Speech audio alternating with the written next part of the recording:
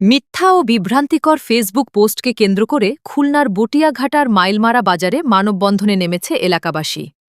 অভিযোগ, সাবেক ইউপি সদস্য শিউলি মিস্ত্রির স্বামী, যুবলীগ নেতা দীপঙ্কর নিস্ত্রী বিভিন্ন ফেসবুক আইডি থেকে স্থানীয় বাসিন্দা বিএনপি নেতা মিহিরকান্তি মণ্ডলের বিরুদ্ধে ভিত্তিহীন ও আপত্তিকর পোস্ট দেন, যার ফলে এলাকায় উত্তেজনা সৃষ্টি হয়।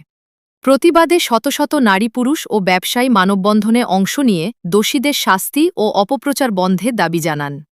বক্তারা বলেন, সামাজিক যোগাযোগ মাধ্যমে মিথ্যা তথ্য ছড়ানো একটি শাস্তিযোগ্য অপরাধ। মানববন্ধনে ভুক্তভোগী মিহিরকান্তি মণ্ডল অভিযোগগুলোকে সম্পূর্ণ মিথ্যা ও উদ্দেশ্যপ্রণোদিত দাবি করে সুষ্ঠু তদন্ত ও দোষীদের বিরুদ্ধে আইনগত ব্যবস্থা নেওয়ার আহ্বান জানান।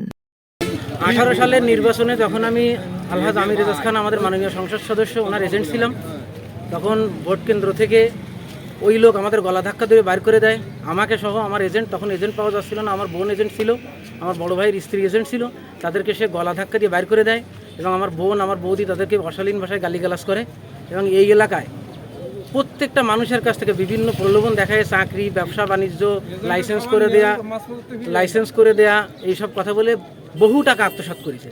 সেটা আমার গ্রাম না, শুধু 2-4 গ্রামে বিভিন্ন লোকের কাছ থেকে শুনলে আপনি সে সত্যতা পাবেন। সম্পূর্ণ উদ্দেশ্য প্রণোদিতভাবে ওই লোকটা আমার বিরুদ্ধে এই ধরনের অভিযোগ দিয়েছে, সম্পূর্ণ মিথ্যা এবং ভিত্তিহীন। আর এই বাড়ির নাম আছে মিরে, খুলনাতে থাকে।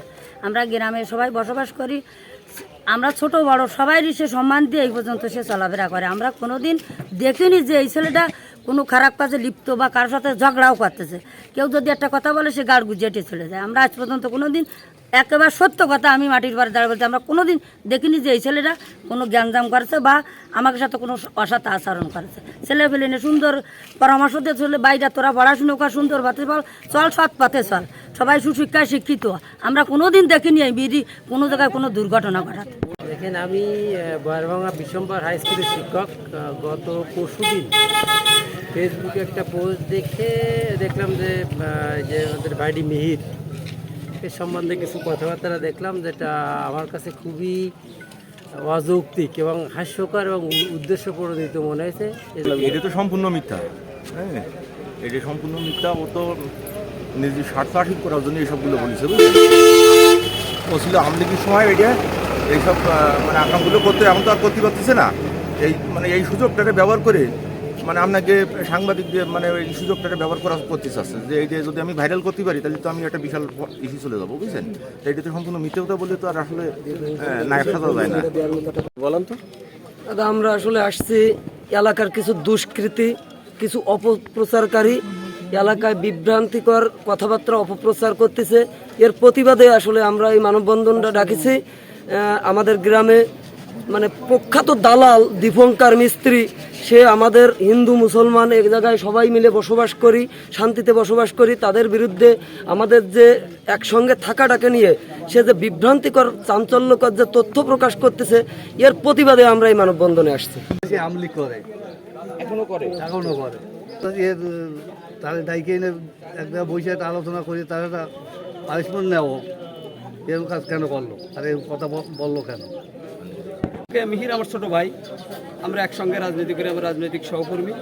যদিও সে 2 নম্বর ইউনিয়নে বাড়ি, তারপরেও আমি আমার লাইফে তার সাথে যত সময় ব্যয় করছি তার ভিতরে আমি তার কোনো খারাপ কুকৃতি বা কোনো দুষ্কৃতিকারী বা এরকম কোনো নিউজ আমি পাই নাই বা কোনো কার্যকলাপ আমি দেখতে পাই না।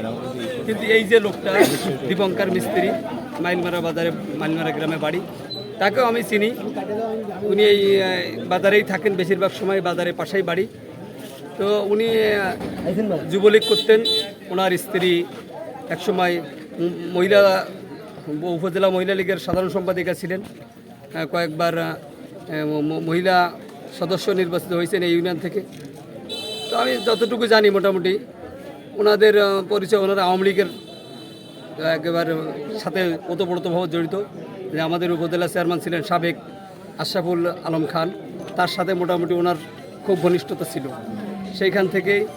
আর যেহেতু এখন বিরোধী দল ক্ষমতায়, সেহেতু তার স্বার্থের কিছুটা ব্যাঘাত ঘটতেছে, ব্যবসা বাণিজ্যে কিছুটা সে যে কার্যকলাপগুলো চালায়, তাতে তার কিছু স্বার্থের ক্ষতি হতে পারে বিদায় আমার মনে হয়, আমার ধারণা থেকে আমি যেটা বুঝি, তার কারণে ওই যে জমির ব্যবসা করে, তরমুজের ব্যবসা করে, আমি যতদূর জানি। এখন দালালি ব্যবসা করে। দালালি ভাষাটা আমি ব্যবহার করলাম না আর কি।